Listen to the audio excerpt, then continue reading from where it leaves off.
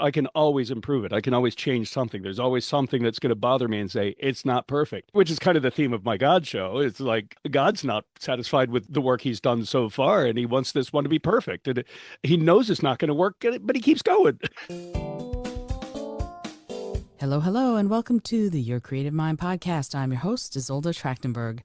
My guest today is circus veteran, storyteller, and creator of the hit show God the One Man Show, who also happens to be my husband, Rich Potter. If you've ever found yourself asking big questions, wondering where creativity comes from, or looking for ways to bring more curiosity and play into your work and your life, this conversation is going to be for you.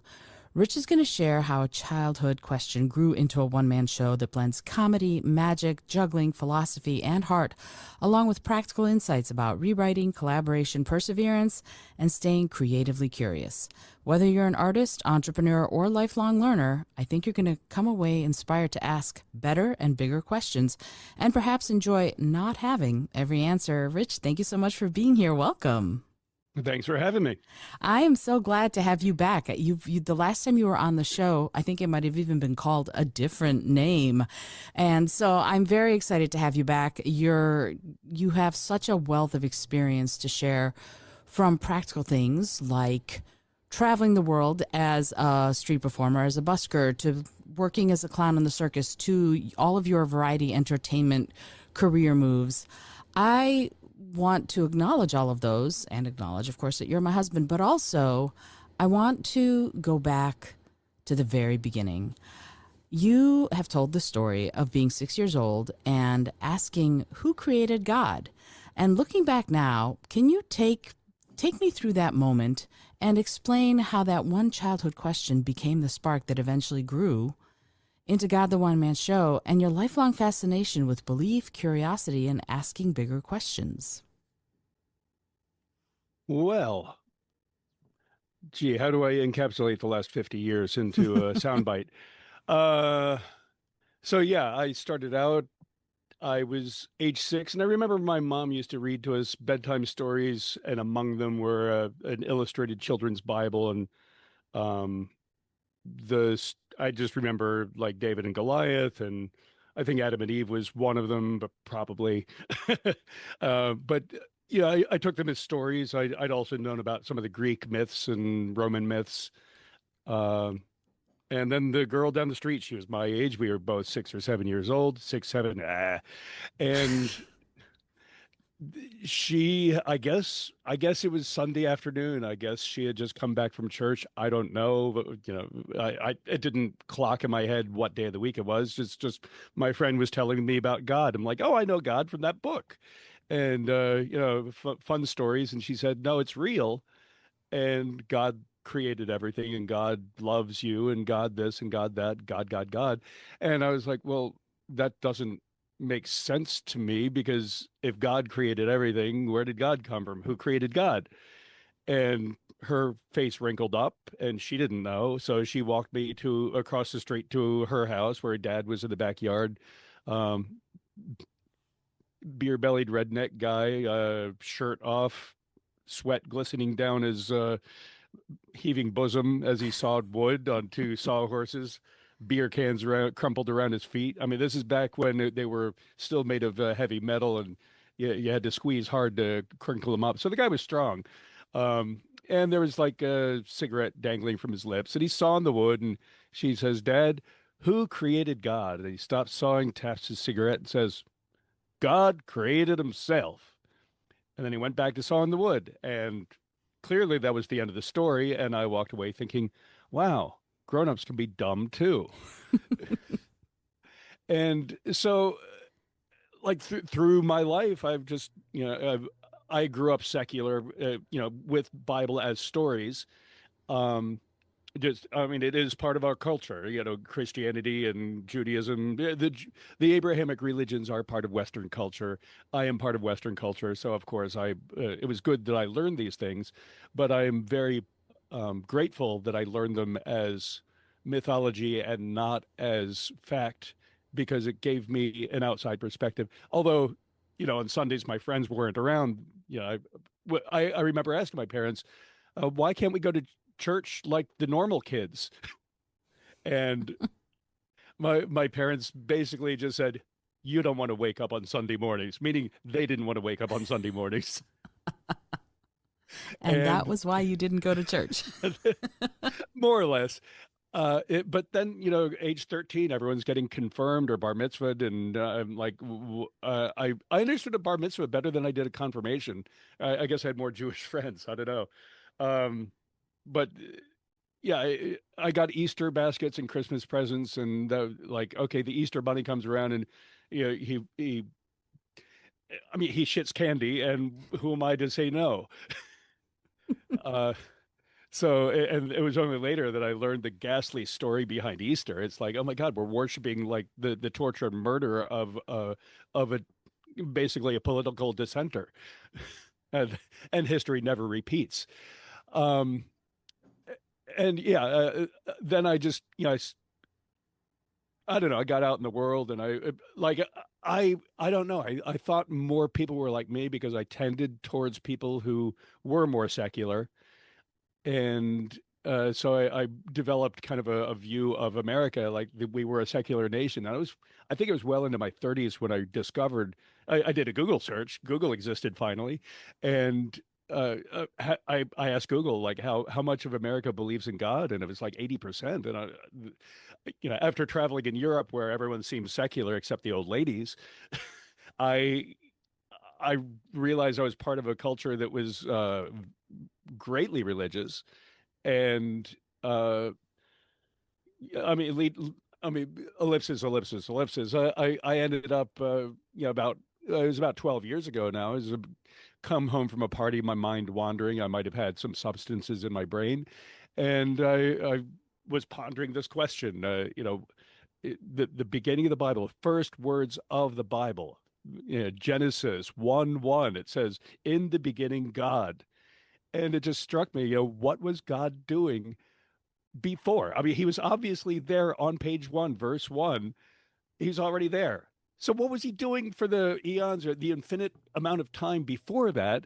Was he just like, driving around in a little golf cart and like, I don't know, with a metal detector along the non-existent beach looking for stuff?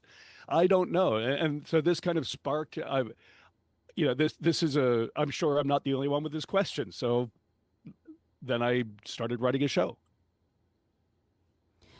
And lo and behold, look at that.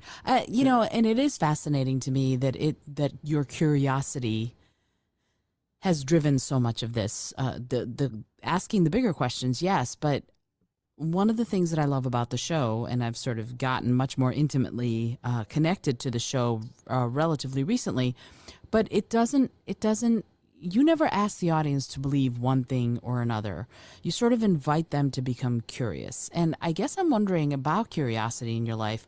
What do you think makes curiosity such a powerful tool for creatives, especially when we're exploring some of these questions that don't have simple answers and then want to make art with them? Wow. Good question. I'm sure you hear that a lot. Uh, I would say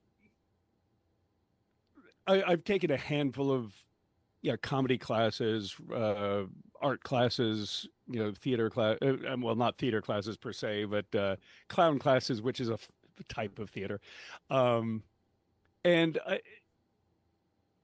many many teachers they encourage you to ask what if, and I always got stuck with the what if. It's like I don't know what if. I'm not that in.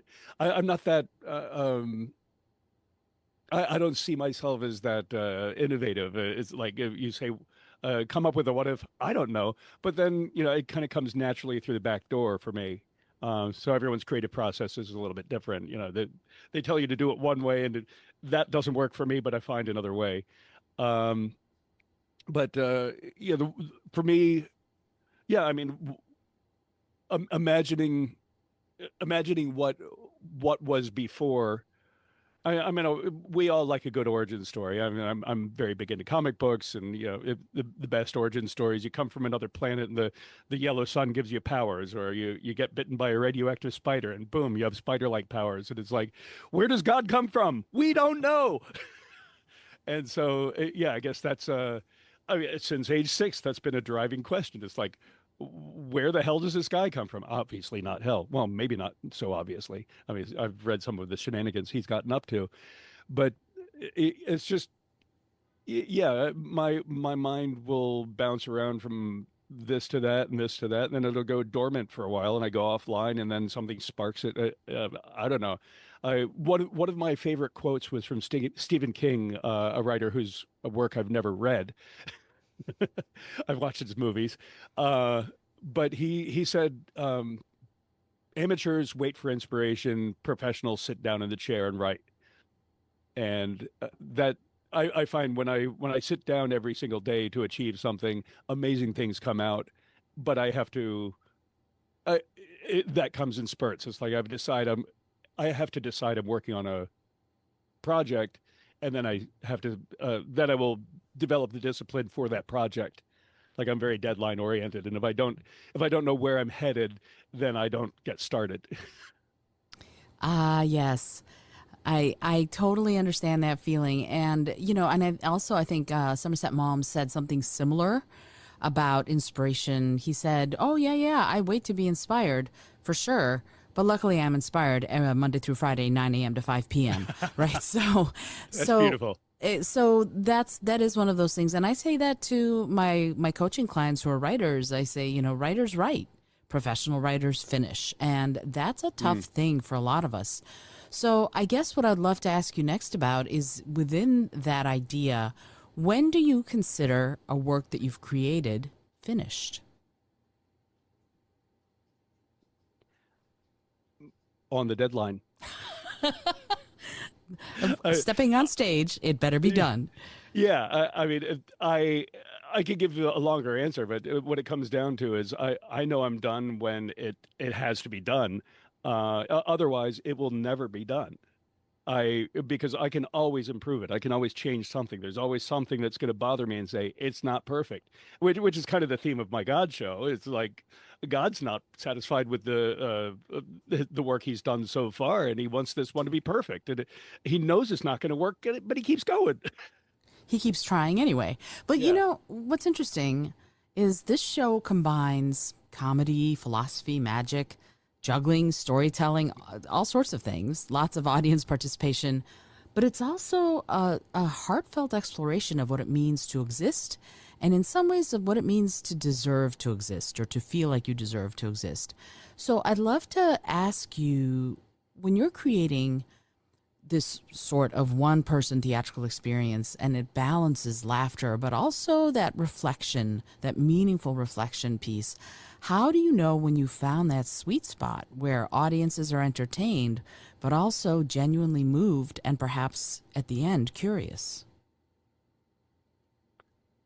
I feel like you've put more thought into this than I have. Uh, I honestly, I write. I mean, I write with. I start with funny. I mean, that's at the core of my being. It's yeah, it's a reaction to the damage done to me when I was a child. Um, but I find it's such a universal language. Laughter, shared laughter, especially. It's it brings people together, and it brings people on my side so that I can take them places. Um, do I? It's hard to say that I intentionally take them to other places, but I just kind of follow the muse, and if it fits, it fits, and I feel it, and if it doesn't fit, I go in a different direction. I'm not sure if I'm answering your question, but that's it, it's hard to like my intent first is to get out there, entertain, and this is actually uh when I first started out, I wanted to go out and kill people with laughter. I would go out, carpet bomb them, and I've with experience, I don't need that constant affirmation. I'm older and wiser and more grounded as a human, so I'm more into creating something that we can all enjoy together. Like I'm sharing from my heart something that amuses me, something that I think is funny, and I want to bring you into my world rather than just shove it in your face, which was the younger me. So it's an invitation rather than pushing. Yeah, yeah. Okay. To me, that feels, knowing what I know about you, knowing what I know about the show, that feels very authentic. And yet there are certain things that kind of make me go, hmm. And here's one of them, and that is the encouragement, the invitation is lovely, but it often feels, and you can correct me if I'm wrong, and I don't think I am, it often feels like it's frantic, right? There's an energy around it. And what you and I have been working on, because I'm directing this iteration of the show, is this notion of deadlines and procrastination. And so, and I don't mean you procrastinating as the artist, I mean God procrastinating as God. Well, Because I, art imitates life. that's true. But at the same time, to me, that's one of the central themes, right? Even God waits an eternity or two before creating the next universe or whatever. And so I guess I'm wondering if that serves God in the show and if it serves others, because being deadline oriented and procrastinating in that way, it seems to me that it can and it used to be me too. I loved deadlines and thrived on, oh, I have no time to do this. And it would make me more creative because I'd have to pull it out of my butt, right? And so I'm wondering what your thoughts are on procrastination in creative endeavors, because so many artists experience it. And I'd love to know about what you do about your own procrastination tendencies, procrastinative tendency. I don't know if that's a word. And what you've learned about moving from procrastination to actually making the work. Uh, yeah, I've done a little research on this. I it seems that experts now, of which I am not one, believe that procrastination is part of the creative process, and it's not just you're doing nothing. You are holding kind of as a background routine in the brain. It's like you're thinking about it without actually thinking about it, or you're problem solving in the back of your mind as you're not doing the thing you're supposed to be doing. Um, However, I have found that, yeah, I've over the last 20 years or so, I guess, give or take, I have found that if I want to get something big done, the procrastination has to end much earlier. Mm. And so I try to, yeah, I realize if I can't do an hour long comedy show that I wrote and rehearsed the night before anymore. Back when I got started, I had a bag of juggling props. I'd show up on the street, open it up, and start talking, and that was good enough for then. But if the show didn't go well, nobody paid. There's no investment. They can walk away. Now, if people are paying to come see me in the theater, I have to have my shit together. Yes, yes, you do. So, so that's I feel those stakes, and that's what gets me off the couch and up and actually doing things and uh, getting my stuff together. Now, will it be 100% together the next time I step on stage with this? I can guarantee no. However, it will be 98%, and the other 2% is going to be fantastic. I love that.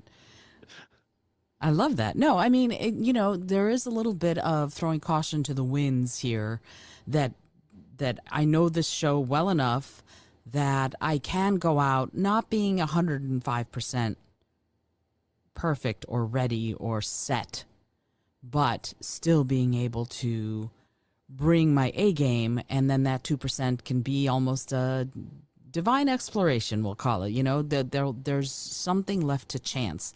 And Mhm. that's one of those things where I used to be much more able to do that, but at the same time, it stressed me out. Sure. So, talk to me about that for a second. Talk to me about your stress, if you have any, or anxiety, if you have any, around going up on stage nowadays. Are you a stage fright person, or are you just consummate professional, ready to go no matter what? I have seen consummate professionals before they go on stage, and it is not two different things. We I won't say all of us, but so commonly you see someone right before they go on stage and they're nervous, they're freaking out. And like I look at people who I look up to, like people I consider heroes, and before they go on stage, they are just basket cases. And when I first noticed this, I was uh, backstage doing a promo for the Big Apple Circus with one of my hero clowns who's gotten into some trouble, so I won't name check him. But like I watched him just he was trash talking himself before he went on. He's like, I'm people are gonna they're not gonna like me. It's gonna be terrible. This is gonna go horribly. And he's saying this out loud, and I. I said, I feel the same way before I go on, but if you're a god and you're thinking the same way, then maybe I'm a god too. And I mean, it didn't elevate me to think I was on his level at that point, but it got me thinking, okay, so that never goes away. So why worry about it so much? And still, it's that was 25 years ago, 23 years ago. And still, every time I'm about to step on stage, no matter whether it's Carnegie Hall, okay, I've never played Carnegie Hall, but whether it's, let's see, the Jimmy Fallon show. I was on that. Whether it's that or it's like just some open mic night, I still feel the same way before going on. So, so yeah, it doesn't go away even after I've been on stage at this point almost 50 years, 45 years. Um, it doesn't go away, and it's fine. That's you learn to take that energy and leave it in the wings. You take that, or you take the worry and leave it in the wings, and you take the energy and you bring it on stage. Oh, I like that. That's a quote, a keeper quote. I love that. And there's something I wanted to add to that. Something I learned about, yeah, a while ago is since I use a microphone for my juggling shows, I discovered that if I get my first laugh before I step on stage, then I get to leave all that worry even earlier. It's like I step on stage and it's easier to leave the worry backstage if they're already laughing. So I'd make a joke or two while backstage, no one can see me, and I just say something about yeah, count down 5 minutes, count down 4 minutes, count down 3 minutes, get down to one, then count down 20 minutes. And people, yeah, they laugh. And then I step on stage.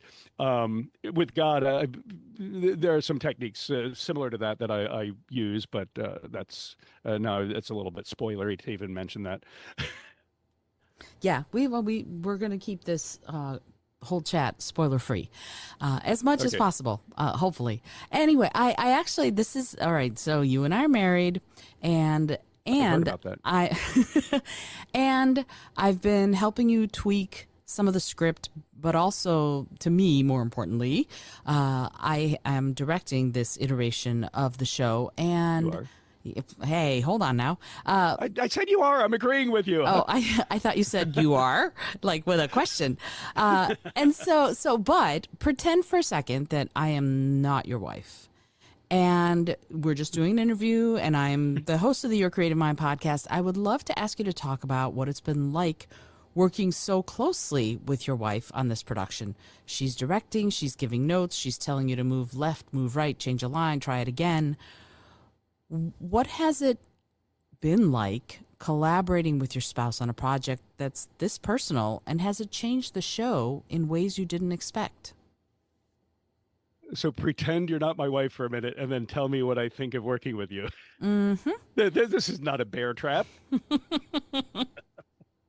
Uh, actually, it, the fact that I agreed to this at this point and not in 2015 when I was writing the show suggests growth on my end. And yeah, I was not willing or able to listen to your input then, and um, I think I'm more comfortable with the show now. I also I understand better what a director has to offer, and I understand better what you have to offer as a director. And I'm still learning these things as we work together. Um, Now it's easier for me to uh no, I'm not even I won't even say it's easier to argue with you versus another director because I hired a director before and I told her up front, I'm not changing the script. You just fix what you fix, but I'm not changing anything. And I've relaxed a little bit to the point where no, you're telling me that I have to change stuff, and I'm like, yeah, of course there's resistance. You've seen that, but it's the same sort of resistance I would have had last time I worked with a director. So in that way, I'm kind of I'm divorcing the idea that you're my wife from the equation, so that we don't actually get divorced. Um, but yeah, I think I'm better able to differentiate between you as my director and you as my wife, and still we are, we're friends. We know each other very well, and we're very familiar. So I do feel a little more comfortable saying, I don't want to do that, or this scares me. I don't want to do this. And I think we have a pretty good working relationship here. I agree. And it's a sort of a threefold working relationship, which I think is interesting because helping with the rewrites is not the director's job at all. And so I'm sort of helping you with some of that as we go. And then also directing this iteration of the show. So I'm sort of splitting my brain into two, and you're having to see both of those facets of working with someone who happens to be your spouse, but also someone who has the show's and your best interest at heart 150%, which is probably or hopefully reassuring.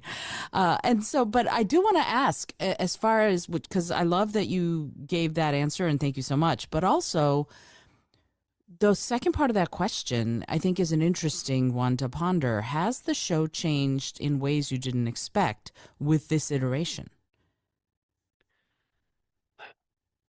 Well, I've long kind of felt that there was something higher that I could aspire to with the original show.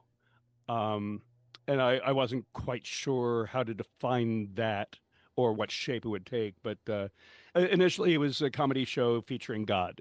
God's doing a variety show, and there's a little bit of talking in between. And the talking in between kind of started taking on a life of its own. But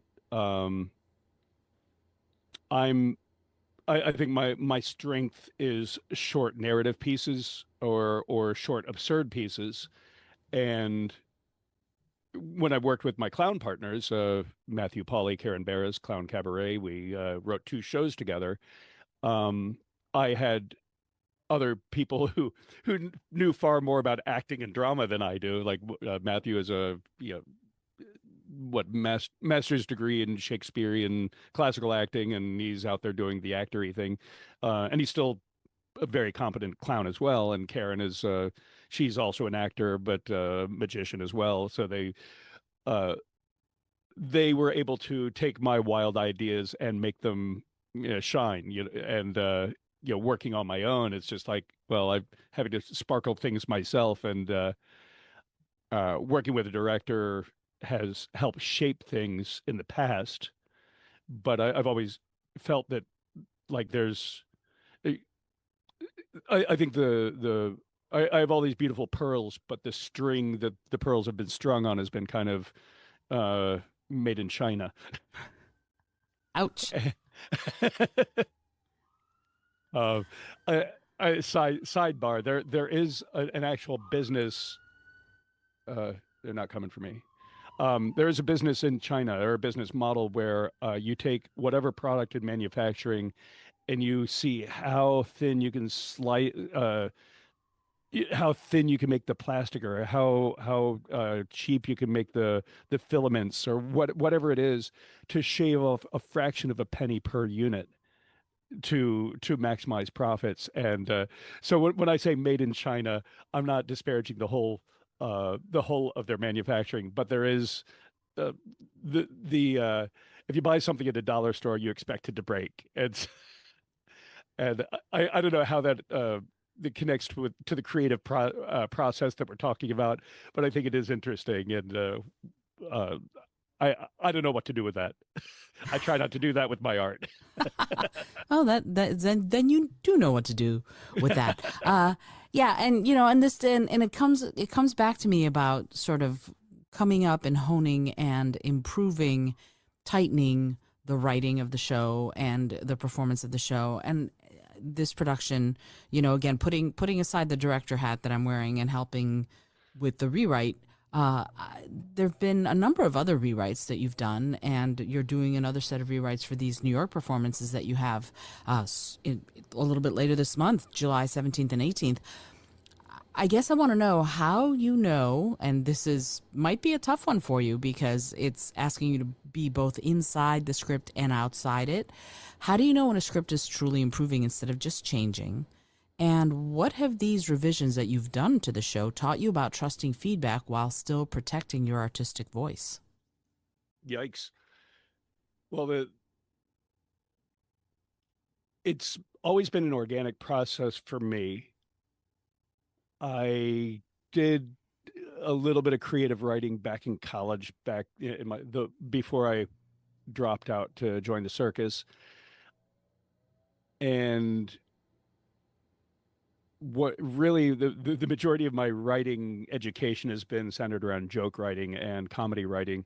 So what I think I'm good at is coming up with a concept and just fine tuning the little moments, crafting a joke, making one joke flow to the next one as best as I can. But like zooming out to the bigger picture is probably so it's a an arena where I'm less comfortable and less I feel less experienced at. I think I can do it, but it's kind of like that made in China version where it's kind of it's stretched a little bit thinner than it should be, but it's functional. Um, so, which is why I'm embracing, despite what you may see in the studio, I'm embracing your input because it does help thicken and strengthen the string that the pearls are on. Um, what was the second part of your question? It's basically about trusting feedback while protecting your artistic voice. Yeah, I spoke to one of my old clown partners when I was down in Maryland recently, Matthew, and I was telling him about this process, and he said, "Well, just remember, you can you can do it all, working with a director and someone helping rewrite. You can do everything she says. You can do nothing she says, or something in the middle." I'm like, fair enough. So I I'm trying on outfits in the dressing room, and I'm seeing what fits. And if I like it, I keep it. And if not, I can always go back to what I felt needed improvement in the first place. How do I know it's improving? Well, that's kind of an organic thing. Again, it's like if I feel it's moving forward, like at first you saw a lot of resistance, and now I'm kind of embracing the process just because I'm not used to working this way. But um, yeah, it, I think the ultimate test is just putting it in front of people. But it feels right the way it's going, and the test will be hopefully I have a big enough sample crowd in each of my audiences so that I do get the feedback I'm looking for, and you know this is a New York run in preparation for my Edmonton run and the Edmonton Fringe Festival in August. And if both of those go well, I may come back to New York and run it again for like if I fill all the seats, that's an indication that I should do it again, or even if I fill a good chunk of the seats, because typically in New York it takes a few weekends for buzz to grow, and there's a lot of people who are trying to build buzz. So um, I don't know if one weekend run is enough to get that sort of idea, get an idea what's going on and whether it's worth it to go forward. But also, this is the first time I've run the show since 2019, since before the pandemic. And if if it feels right, I might take it around to, I don't know, New Jersey, Massachusetts, yeah, just do some regional spot dates here and there, maybe short runs here and there. I don't know. I'm the options are on the table, but right now I'm focusing on getting this thing up and running for my audience in 2 weeks. Yeah, you are. And it's interesting something you said about butts and seats filling the theater. I got to tell you, one of the things that goes on is if it's a bigger cast, it's an easier time filling the theater because they will Yes. bring friends. And so you're doing this, it's a one man show. And that means you are putting in, butts and seats, as they say. You're doing all the promo, you've got somebody helping you with marketing, blah, blah, blah, blah, blah. But I wanna sort of refocus and sort of go, okay, so part of this one man show is it's you carrying this whole show and there's nothing to hide behind. And I would love to know from your busking days all the way to God the One Man Show, what have the years of performing solo like that taught you about confidence, maybe vulnerability, or creating a genuine connection with every audience, whether they're believers or skeptics or somewhere in between? Oh, okay. So I thought you were asking about theatrical audience, and then you're going into metaphysical. So let's see if I can. It's Uh, both, actually. I yeah, mean, no, no, I get it. Like there have been times that I've been out in front of a crowd, and I feel like I'm just channeling the universe, and it's coming out, and everything's beautiful. Um, the, so yeah, there is there is something sublime about when things are really clicking, and I love that feeling. But yeah, and honestly, there's there's a specific magic about being on the street that you cannot get from any other performance venue that I have experienced. It's real, it's raw, it's here and now. Anything can happen, um, and the crowd is there because they've chosen to be there, and at the end, the reward is they tell you with their in the hat how much they enjoyed it. Um, I feel like yeah, just there's a beauty of showing up with a suitcase, plunking it down, and you start talking, and people start coming to see what you're going to do, and you develop a relationship with these people. It's like, hi, okay, they're kind of wondering what's going to come next. You're like, I kind of know what's going to go next, but something, yeah, a child can run through, a drunk can come steal a prop. I I once got one of my biggest crowds in Amsterdam when a crazy drunk lady picked up my machete and started swinging it around. yikes. Yeah, I mean the crowd didn't come in close, but they were watching, and so yeah, anything can happen. You have to deal with it, and there's something. You're always a little bit on edge on the street, and that's yeah. Of course, that has a double side to the sword.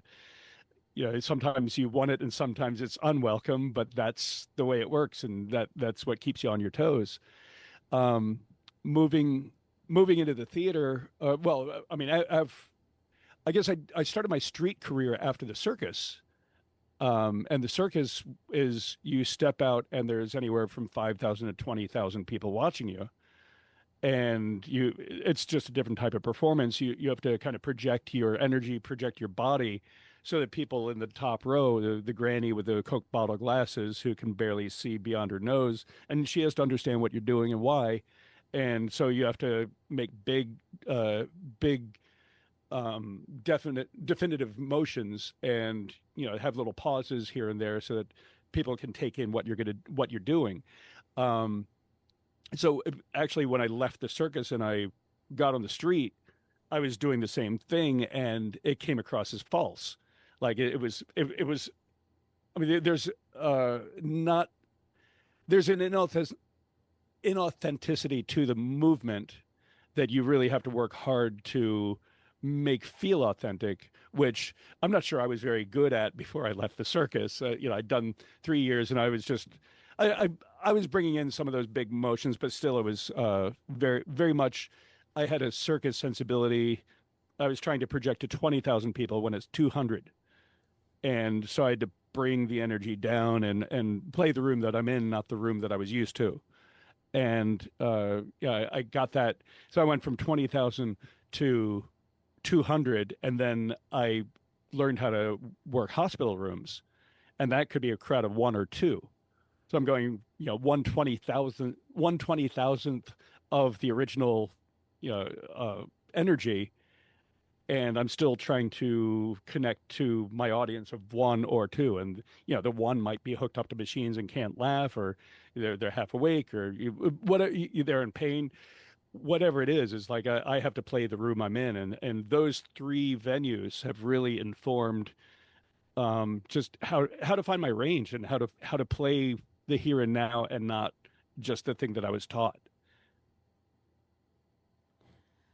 I love that you're saying that it's an iterative process as well, the learning process about how to respond in your environment. And yet the through line through everything for you seems to be humor. And I mean, and I've seen your shows. I've never seen you do hospital clowning, that is true, but I've seen your shows from 30 some odd years ago when you were on the street in Europe to, of course, God the One Man Show right now. And I've thought, and I don't even know how to put this. I guess the way to look at it is I feel like being funny, humor itself has a really incredible, and your humor in particular has an incredible ability to help people consider ideas they might resist otherwise. And I'd love to ask you about your experience, because I know you said you start with the funny, but what have you learned about using comedy as a bridge into some of these perhaps more challenging conversations about belief, about identity, and some of the bigger questions that might make people uncomfortable when you're standing up there as God and God the One Man Show? Well, I've when I originally started writing the show, I had in mind that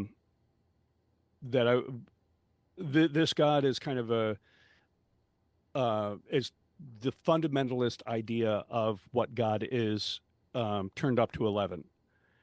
And I wanted a show that I could play to secular or religious audiences alike, but the people who I think would appreciate, should, no, not appreciate, the people who most should be watching the show are the ones who would boycott it, because it does raise some of their ideas up for ridicule, which is what satire is.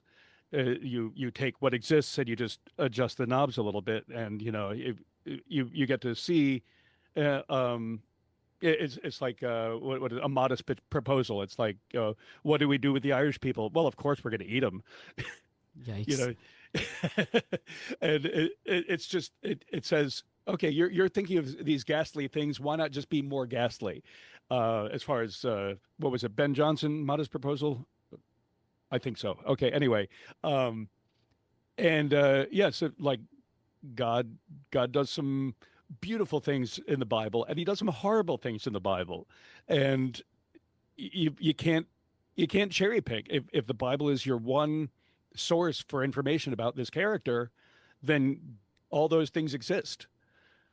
And so I yeah I think people who are religious, who have wrestled with these ideas and they've come to their own conclusions, can can relate just as well as an atheist or a secular or a recovering Catholic or whatever is. Like they can look at that and say, that is familiar. I know these questions. This is the way he's answering them. Yeah. I think that that's a really interesting, it's an interesting take because if someone comes to see God the One Man Show and they're expecting only laughs, I guess I could ask you, what do you hope they'll be still thinking about on the way home? But also, and this sort of goes directly to what you were just saying, if someone arrives expecting A philosophical exploration of some sort. What do you think they're going to discover, and what do you hope they're going to discover about playfulness and comedy and laughter, and the importance of not taking ourselves quite so seriously? Because, like you said, you can't cherry pick. You have to have both, sort of the positive and the negative, and maybe it's also the philosophical and the funny. Well, as I say in a lot of my promo material, what was God doing before the Big Bang? He was, of course, performing some last minute miracles, such as juggling magic, philosophizing, and fart jokes. And if somebody is I like to let people know early on that I'm not taking this that seriously. Like if you take it serious, if I go to a serious place and you follow me there, that's your fault. But no, I think above all, above all for me is the laughs, and then I kind of back my way into something profound. I don't even like saying profound. It's like when I'm talking to people at fringe festivals and trying to talk them into buying a ticket. I say if you're going to look for some life-changing profundity, go somewhere else. But if you want a good fart joke, God's your person. And yet, incidentally, there are some profundities in the show. There are some things that the show isn't. There's a lot of funny, and I know this because I've been watching it time and time again recently. But there's also some things that are very, very near and dear to my heart as a former NASA employee, where you do take on some of these weightier subjects in a way that will, I think, elevate some of these conversations that we so need to be having today, tomorrow, next week, years from now, as we make some of the changes and as tomorrow's decisions makers make some of the changes they're going to need to Mm. make. So, But I go ahead. again, I say the people who really should be watching the show are the ones who would boycott it.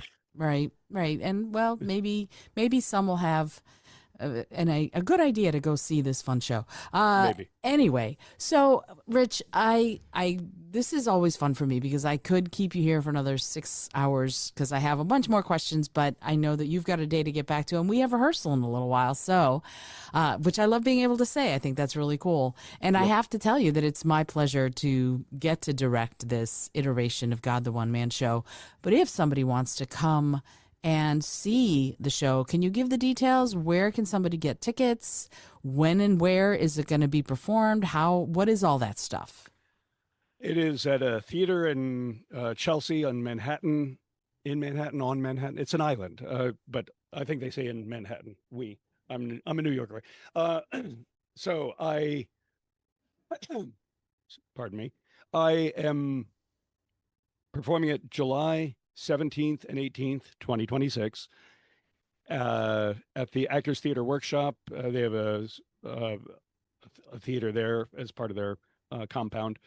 The information is at godtheonemanshow.com.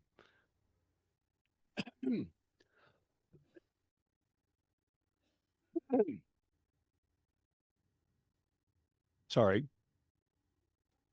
The information is at godtheonemanshow.com, and the ticket link is right there. And starting on Monday, I think it's July 5th, 2, 3, 4, 5. Monday the 6th, oh no, Sunday the 5th, I'm starting a promotion. There's early bird tickets on the 5th, and that's going to end on the 12th. Use the promo code early bird. That will end on the 12th, and then you're on your own full price. If you want to support full price, you can as well. Um, but yeah, I think that answers it. GodTheOneManShow.com. That's where you go get the information. Awesome. And I will be putting the website into the show notes. So if you learn better reading rather than listening, then you know that you can go and grab the tickets from that link. Incidentally, it's the 17th and 18th. What time? That's a good question. 8 p.m. Anyway, I have just a couple more questions for you. First of all, you're also on Instagram as God the One Man Show. Is that the Yeah, right link? well, the algorithm screwed me, so it has limited some of the things I could do on that one, but it does exist. But I'm also promoting on my personal slash arts Instagram, which is awful cute. That's AWFUL cute. Um, and you can also find me on Facebook, God the One Man Show. Awesome. I'll put all those links in the show notes, and that way they'll be easy access. All right, Rich, I just have two more questions for you that I ask every single person who comes on the show. And they're silly questions, but I feel like they can often yield some profound answers. So here we go. The penultimate question is, what is it that gets you out of bed in the morning? And I don't mean an alarm. When the cat gets off my chest. Uh, what gets me up in the morning? Really, I try to get myself up to make my breakfast, which is oatmeal with bananas and stuff. Um, and once my body is in motion, my brain starts engaging. Uh, and then I figure out what I'm supposed to be doing in the day. So it's basically the journey of 1,000 miles begins with the first step. The first step for me is breakfast, even if it's 2 in the afternoon. That's right. I should have said, what is that gets you up in the afternoon rather than in the morning? But that's only because I know you and I know when you wake up in the afternoon. All right, cool. And here is the last question. And the question is, if you had an airplane, environmentally friendly, of course, that could skywrite anything for the whole world to see, what would you say? Hmm. First thing in my mind is eat at Joe's, but that's my Warner Brothers upbringing. I would say be nice. I love that. Succinct, clear, be nice. Nice is good. Nice is Yeah. good. All right, cool. Rich Potter, thank you so much for joining me on the Your Creative Mind podcast. This has been so much fun. Okay. Yeah, I enjoyed it. Thank you. Sorry, I'm second guessing what I'd write in the sky. But yes, this has been lovely spending some time with you. In different rooms. Yes. Yeah, it's really interesting when you do live recordings. You are doing live recordings and you need to isolate yourself. Otherwise, you get this weird womp, womp, womp echo. And so we were trying, if you're listening to this, we were trying different iterations to see where Rich could be and where I could be in my studio to make sure that when you're listening to this, you're not getting the bleed over from what we say to each other. So In a tiny Brooklyn apartment. in a tiny Brooklyn apartment, exactly, that we call home. That is our castle. Home sweet home.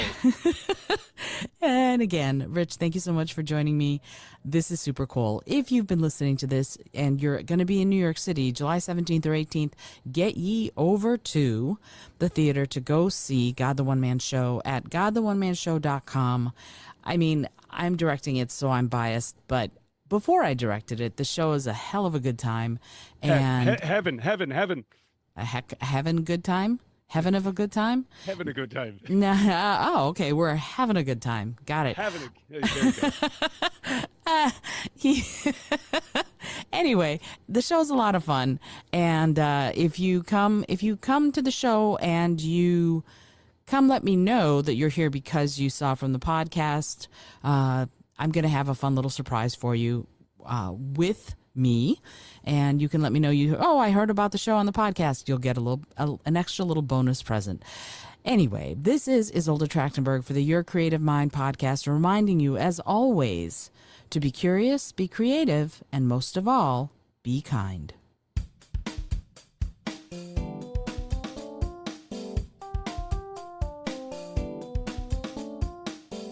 Thanks so much for joining me today. I really appreciate you being here. Please subscribe to the podcast if you're new, and it would mean the world to me if you told a friend about it. Today's episode was produced by Isolde Trachtenberg and is copyright 2025. As always, please remember this is for educational and entertainment purposes only. Past performance does not guarantee future results, although we can always hope.